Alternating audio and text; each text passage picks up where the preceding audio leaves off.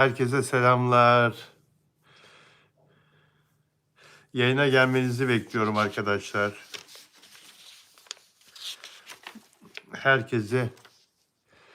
Herkese merhaba.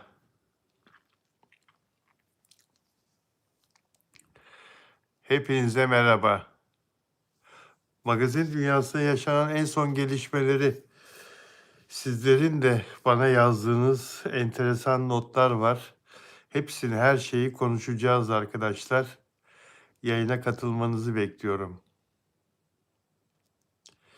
Eğer bir an evvel gelirseniz yayına da çabuk başlarız. Patricia, welcome Patricia. Hola. Hola Patricia. Seher Duman merhaba. Seher Duman. Arjantin'e selamlar Patricia. Dilek Şenyurt nasılsın? İyi misin? Simon Enut merhaba. Nimet Çalık. Melek Durmaz. Aksaray'dan diyor Melek Durmaz. Peki hayırlı akşamlar. Sevinç Aydın. Muva 9. Alketa merhaba Alketa. İyi ol Dilek, her zaman iyi ol. Seher Duman, iyi akşamlar. Patricia, anladınız mı diyor. Patricia, niye anladın mı? Arjantin'den geldiğini, katıldığını biliyorum Patricia. Hoş geldin. Boa tarde. Merhaba Flavor Rocha. Flavor Rocha. Peki, Nimet Çalık nasılsın? Zonguldak'tan hoş geldin. Gülseren de geldi. Allah orucunuzu kabul etsin. Hayırlı Ramazanlar tekrar bütün dostlara. Tunzale merhaba Kerimova. Ben de ona selam veriyorum ve bu arada Osman Ulusan da geldi. Abi başlamak üzere diyor Patricia. Ben Abi'yi seyretmiyorum arkadaşlar. Ben Abi'yi seyretmiyorum. Dün biraz bahsettim. Az önce story de attım. Şeyde Instagram hesabımda story de yükledim. Afra Saraçoğlu'nun bu diye isyan ederek o ağlaması, o görüntüler oyunculuk değil. Bu oyunculuk değil diye Afra'ya yazdım ve Afra'ya etiketledim arkadaşlar. Yani orada bir başka aktörün, bir başka oyuncunun dizisinin içinde Afra Saraçoğlu yani yazılan o diğer oyuncuyu yüceltmek için yazılan senaryoda bir oyun sergilemek zorunda kalıyor. Yırtılıyor kızcağız, yırtınıyor. Yani emeğe saygı duyuyorum elbette. Bütün oyunculara, bütün emeğe geçenlere, o diziye emek veren herkese, editöründen yapımcısına, montajcısına, teknik ekibi, ışıkçısına, herkesin verdiği emeğe saygı duyuyorum ama ben Afra'nın bu dizinin içinde böyle helak olup gitmesini, ya bu rol Afra Saraçoğlu rolü değil ya. Değil ya. Değil. Bu rol Kenan İmirzalıoğlu'nun karakterini, oynadığı karakteri yüceltme, yükseltme, patlatma rolü. Afra'ya biçilen rol, Çağla rolü. Orada avukat filan da değil Afra. Avukat ona bir ağzına bir böyle pasta sürülmüş Afra'nın ağzına. Bir çikolata böyle verilmiş. Sen avukatsın diyerek.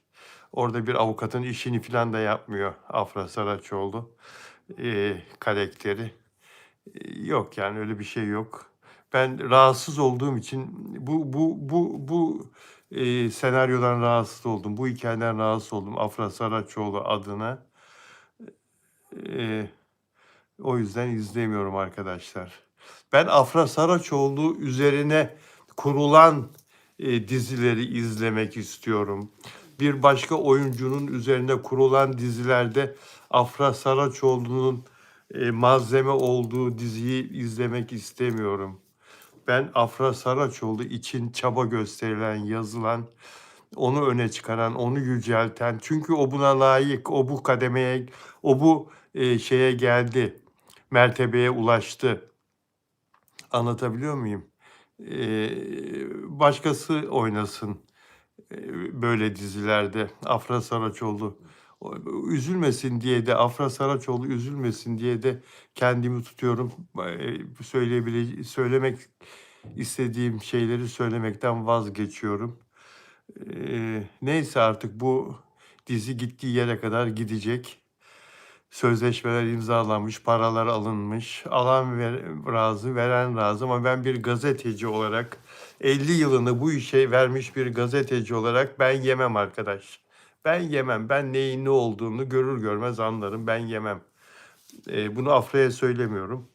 Her neyse. Yani izleyen izlesin, ben izlemem. Ancak ben bana dedikleri zaman sözüne güvendiğim insanlar, ya Bilal abi şu dizide şöyle bir sahne var, mutlaka seyretmen gerekir. O sahneyi izle filan dedikleri zaman izliyorum. Onun dışında izlemiyorum. İlk 2-3 bölümünü izledim abinin. Yok, vazgeçtim. İzlemiyorum. Peki arkadaşlar, ama tabii bir emek var ortada. Bir de meslek, tabii ki paraya da bakılıyor. Evet, meslek, bana isteyen istediğini söyleyebilir. Ya oyunculukta her şey var. Dram da var, komedi de var, aşk da var. Oyuncu her role girer, ağlar da güler. İstediğinizi söyleyin kardeşim. Benim mesajım gidiyor. Benim söylediklerim, benim ne demek istediğimi anlayan anlıyor. Benim mesajım her yere ulaşıyor. Söylediklerim çok açık. Herkes her şeyi anlıyorlar. Elbette Afra Saraçoğlu dramda da oynayacak. Çok ağır dramda da oynar, komedide de oynar, aşk dizilerinde de oynar. Ama ona yakışan, onu yücelten senaryolarda oynaması onun en büyük hakkı. Onu yücelten, onu yukarı çıkaran, onun o güzelliğini bizlere bol bol seyrettiren, övgüler almasına, daha çok alkışlanmasına, daha iyi yerlere gelmesine aracılık edecek senaryolarda oynatılması Afra Saraçoğlu'nun menfaatinedir.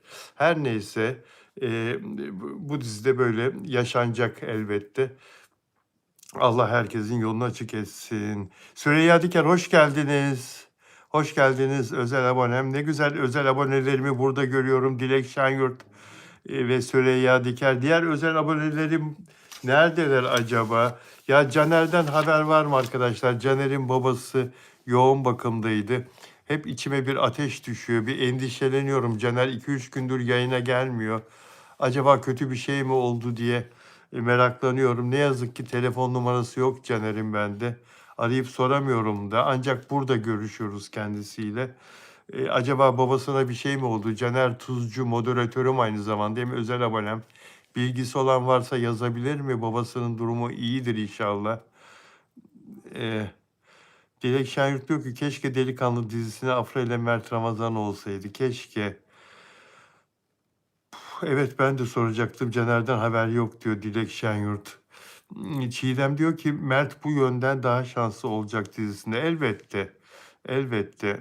Yani Mert'in üzerine kurulur dizi. Tam öyle de olmasın.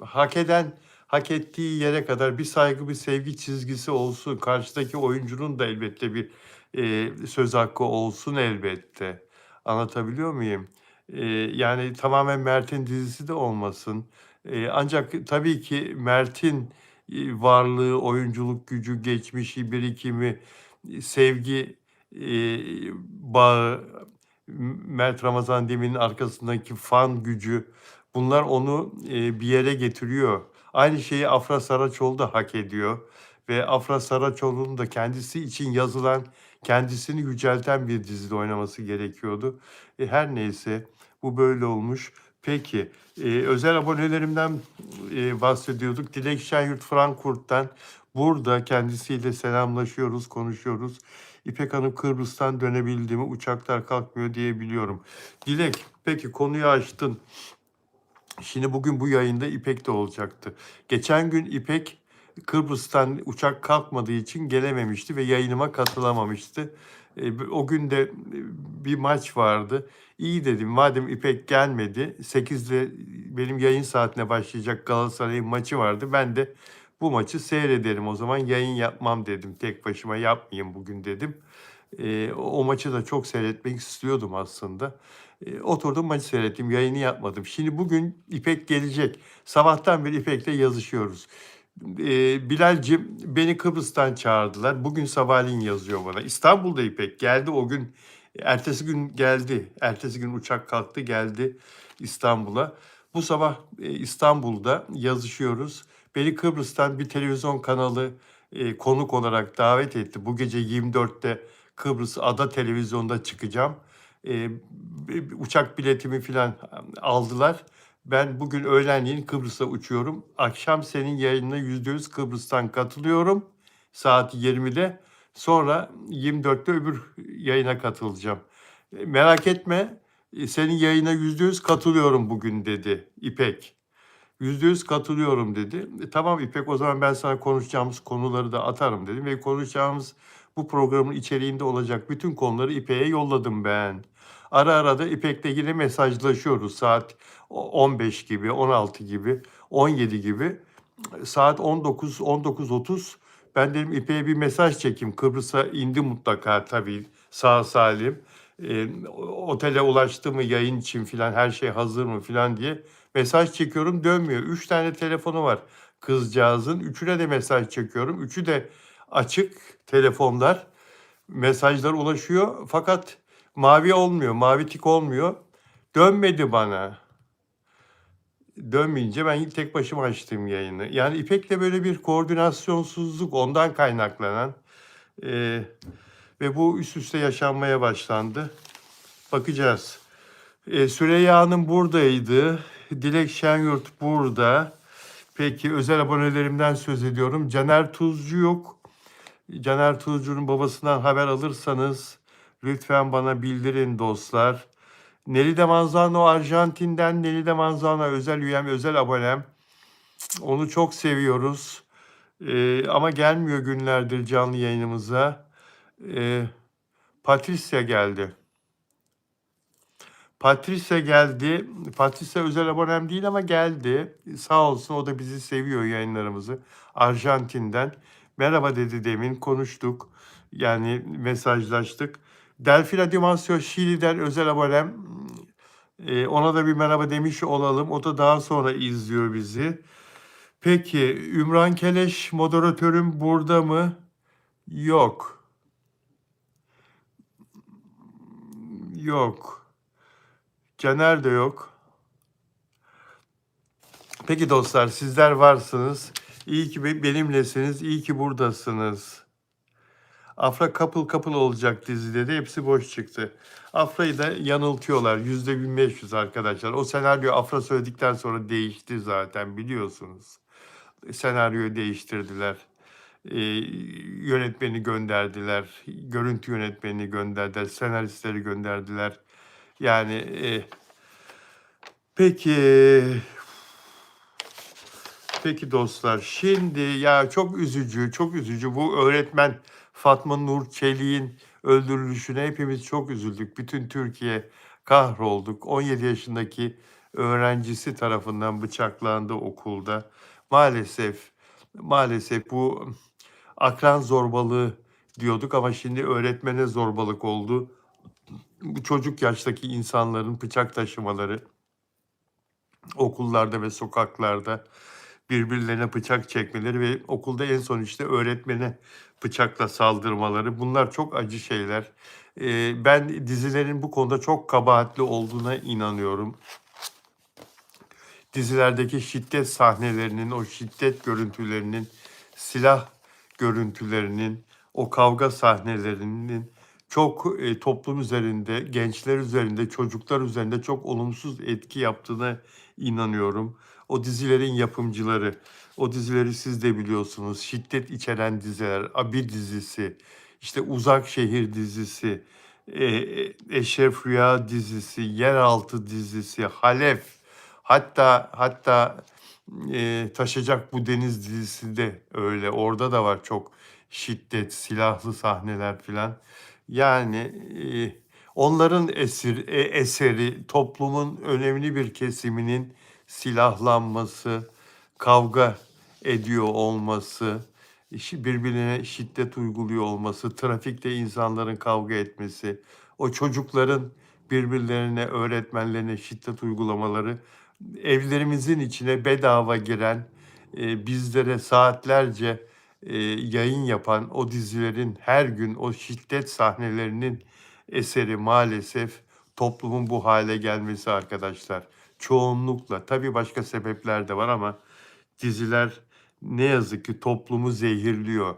Gençleri, çocuklarımızı zehirliyor diziler arkadaşlar. Çok kötü örnek oluyorlar maalesef bu şiddet sahneleriyle dolu olan diziler. Kavgayı, silahı normalleştiriyorlar ve, televizyonları denetlemekle görevli olan kurumlar da hiçbir şey yapmıyorlar. Sanki, belli kurumlar toplumun bu şekilde olmasını ister gibi davranıyorlar. Evet, maalesef televizyon, konusunda televizyonları bağlı olduğu, eee devlet kurumları sanki toplumun bu şekilde, olması, bu şekilde yoğrulması konusunda istekli, arzulu gibi davranıyorlar. Hiç kimse kılını kıpırdatmıyor. Hiç ceza falan uygulayan yok. Oysa, Rütük Kanunu'nda ilgili maddelerde, her şey açık açık yazıyor. Yani toplumu bu şekilde kirletemezsiniz. Yapamazsınız. Yasak. Kendi yazdığınız maddeleri okumuyorsunuz, uymuyorsunuz. Kendi koyduğunuz yasakları yürürlüğe koymuyorsunuz. O halde bilerek yapıyorsunuz. Bilerek yapıyorsunuz, bunu istiyorsunuz. Toplum bu şekilde olsun istiyorsunuz. Bu şekilde gelişsin, bu şekilde birbirine şiddet uygulasın istiyorsunuz. Bunun başka anlamı yok. Rütük, başka anlamı yok bunun. Sizin, televizyonlarla ilgili yönetmeliklerinizde, eee, televizyonların yaptığı yayınların toplumu kirletemeyeceğine, topluma zarar veremeyeceğine, dair ilgili maddeler var ve, eğer öyle yaparlarsa kendilerine cezai müeyyide uygulanacağına dair tespitleriniz var. Ama bunları uygulamıyorsunuz. Neden? Aşkı, sevgiyi, vefayı anlatan diziler nerede? Rütük adı var, kendi yok. Rütük, istediği zaman ortada, istediği zaman çıkıyor ortaya. İşine geldiği gibi. Ya da kendine göre bazı yerlerde var. Evet, Dilek bak Almanya'dan görüyor yani. Kendine göre bazı yerlerde var. Saliha doğru söylüyorsunuz diyor. Saliha teşekkür ederim. Yarım asırlık bir gazeteci olarak bunları konuşmak benim görevim. Gördüklerimi anlatmak benim görevim. Ben konuşmazsam bir gazeteci olarak öbürü konuşmazsa bu işi e, sorgulaması gereken insanlar sorgulamazsa ne olur? Yani peki Mert Ramazan Demir Delikanlı dizisinin setinde çok yoğun bir şekilde çalışıyor arkadaşlar biliyorsunuz. Bir mahalleyi kapattılar, sokakları kapattılar çekimler için. Delikanlı dizisinde Yusuf karakterinde oynuyor Mert Ramazan Demir.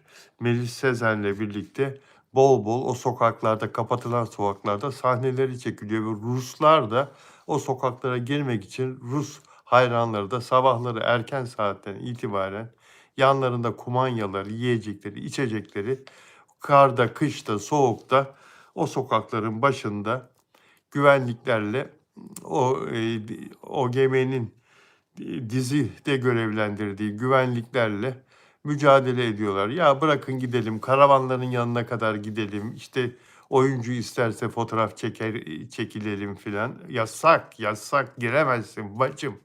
Giremezsin, yasak. Mert Ramazan Demir yoğun bir şekilde çalışıyor arkadaşlar.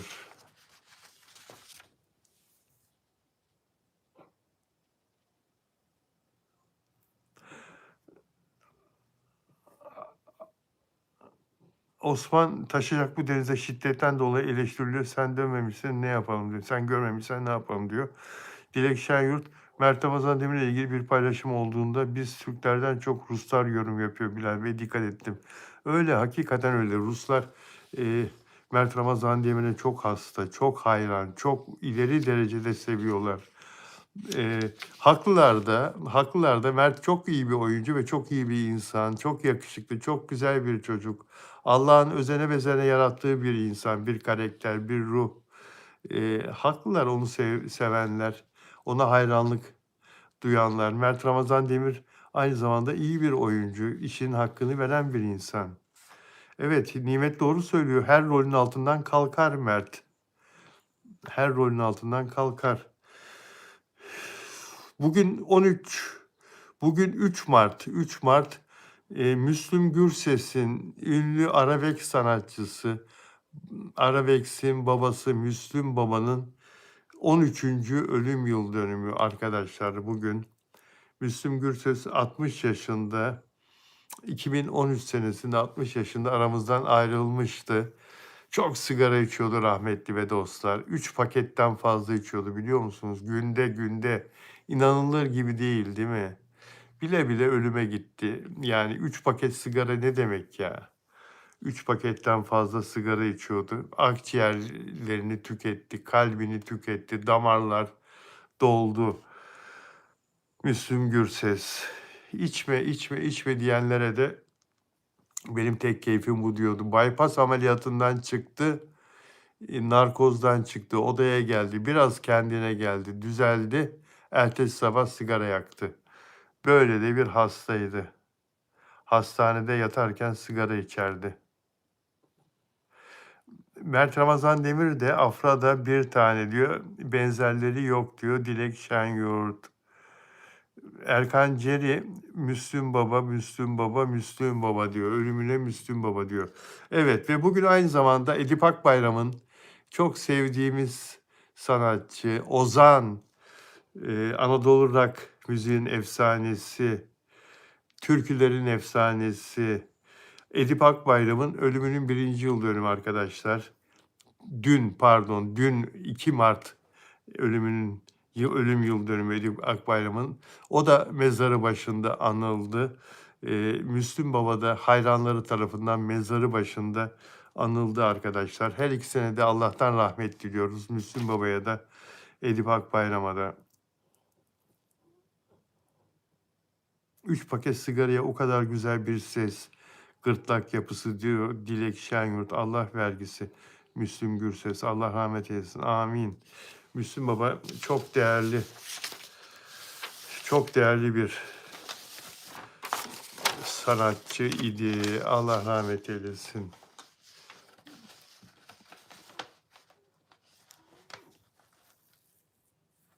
Ya. Selvin işi sağlam. Ne oldu Selvin işi sağlam? Selvin işi sağlamı kim üzdü? Selvin seni kim üzdü? Dilek Şenyurt, bir sor sana zahmet. Bir neden üzüldü Selvin? Neden morali bozuldu? İsveç'te kedileri gün boyu yalnız bırakmak yasaklandı arkadaşlar. Kimlerin kedisi var? Şu anda beni izleyenlerden kimlerin kedisi var? İsveç'te kedileri gün boyu yalnız bırakmak yasaklandı. Eğer sahipleri kedilerini ihmal ederlerse İsveç'te çok yüksek ceza ödeyecekler.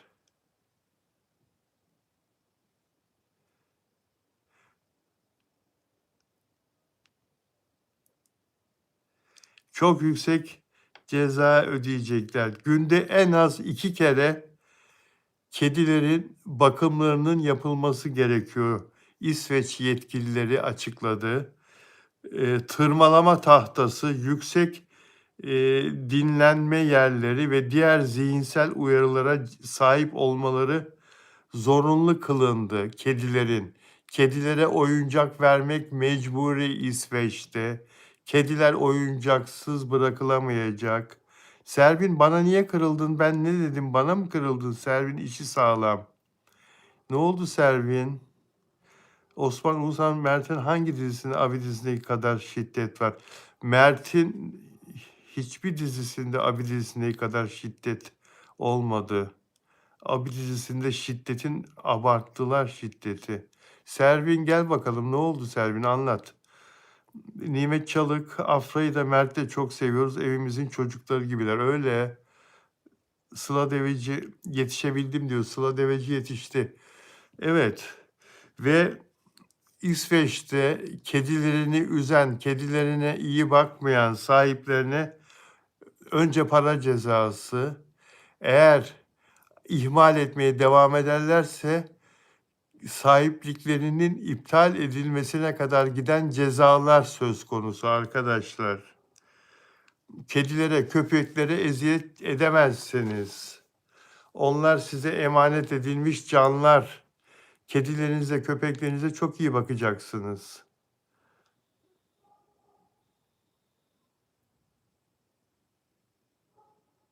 Ben Ahmet dizisini seyrediyorum. Siz seyretmeyin. Çoluğun çocuğun önünde çok şiddete maruz kalıyor. Ahmet dizisi ne? Seyretmiyorum mu diyorsun? Peki. İpek Hanım neden yok? İpek Hanım'ın neden yok olduğunu ben de bilmiyorum. İnanın ben de bilmiyorum. İpek Hanım'a ulaşılamıyor. 3 tane telefonla mesaj bıraktım. İpek Hanım'a ulaşılamıyor. Retro dönemine girdik. İpek Hanım'a bir şeyler oldu arkadaşlar. İnanın bana. Kendisi de diyordu ya bize kötü günlere giriyoruz, kötü döneme giriyoruz diye. İpek Hanım'a bir şeyler oldu. Önce uçağa kalkmadı geçen gün. Bütün gece uçak kalkmadı. Sabah gelebildi Türkiye'ye ve bugün tekrar Kıbrıs'a gitti. Gitti mi gitmedi mi nasıl gitti nerede şu anda bilmiyorum. Allah korusun Allah korusun İpek. Ne olur o gittiği taraflarda savaş da var Allah korusun İpek'i. Aman bir şey olmasın İpek sana. Allah seni sakınsın. İpek'ten haber alırsanız bana söyleyin arkadaşlar. Bu arada özel abonelerimden yeni gelen var mı? Yok değil mi? Dilek Şenyurt şu anda sen varsın. Demin Süreyya Hanım geldi. Nelide Manzano artık gelmiyor zaten. Dilerseniz sizler de özel abone olabiliyorsunuz dostlar. Bunun için yapmanız gereken şey katıl butonuna basıp yönlendirmeleri takip etmek. Katıl butonuna basın, yönlendirmeleri takip edin. Dilerseniz olmayabilirsiniz özel abone. Özel abone olunca neler olacak onları okuyun. Bakın işinize gelmezse olmayabilirsiniz. Ve dilerseniz süper chatle de e, katkıda bulunabiliyorsunuz. Süper etiketle de, süper chatle de katkıda bulunabiliyorsunuz arkadaşlar. Ve beğen yaparsanız memnun olurum. Abone olmadan bizi izleyenler abone olurlarsa da sevinirim arkadaşlar. Dedikten sonra yarın çarşamba, yarın Onur Akay olacak yayında. Büyük bir ihtimalle. Evet yarın Onur Akay'ın günü. Kontrol ettim.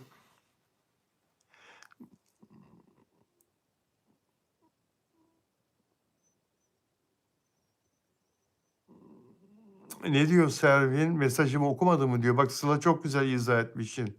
Sıla çok güzel izah etmişsin. Bilal Bey Kıbrıs ile görüşebiliyor musunuz? İran füze göndermiş diyorlar. İran Güney Kıbrıs'a gönderdi ama Kuzey Kıbrıs'ta bir şey yok. Rumların tarafına gönderdi. Rumların tarafına gönderdi. Bu arada en son gözaltına alınan ünlülerin uyuşturucu test sonuçları belli oldu arkadaşlar. Murat Dalkılıç negatif çıktı. Murat Dalkılıç'ın negatif çıkmasına mutlu oldum. Çünkü onunla ilgili pek çok iddia vardı. Murat Dalkılıç'ın burun ameliyatlarının yasaklı madde kullandığı için olduğuna dair iddialar vardı, söylentiler vardı. Murat Dalkılıç'ın yasaklı maddeden, uyuşturucudan temiz çıkmasına sevindim onun adına.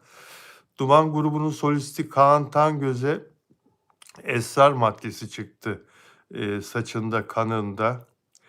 Kemal Doğulu da temiz çıktı. Onda da ilaç etken maddesi bulundu.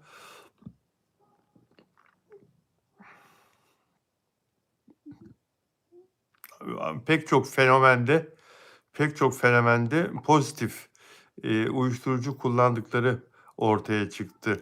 kendilerinden, eee, teste tabi tutulanlar. Evet, pek çok fenomende bu arada isimlerini tek tek saymıyorum o fenomenlerin ama pek çoğunda ben Hakan Kakız merak ediyordum. Hakan Kakız da fenomen pozitif çıktı. Onda da yasaklı madde çıktı. Eee, evet, şöyle bir daha bir bakayım. Murat Dalkılıç'ın negatif olmasına mutlu oldum dostlar. 21 şüpheli gözaltına alınmıştı. 9 tanesi tutuklandı. 12'si adli kontrolle serbest bırakıldı. Peki arkadaşlar, bugünlük, yayınımız bu kadar olsun, olur mu? Yarın yine görüşeceğiz. Yarın yine bir araya geleceğiz. Bugün biraz kısa tutuyorum. Yarın yine birlikte olacağız inşallah, Allah izin verirse. Yarın çarşamba saat 20'de dostlar. Sizleri seviyorum. Kendinize çok iyi bakın, olur mu? Görüşmek üzere inşallah.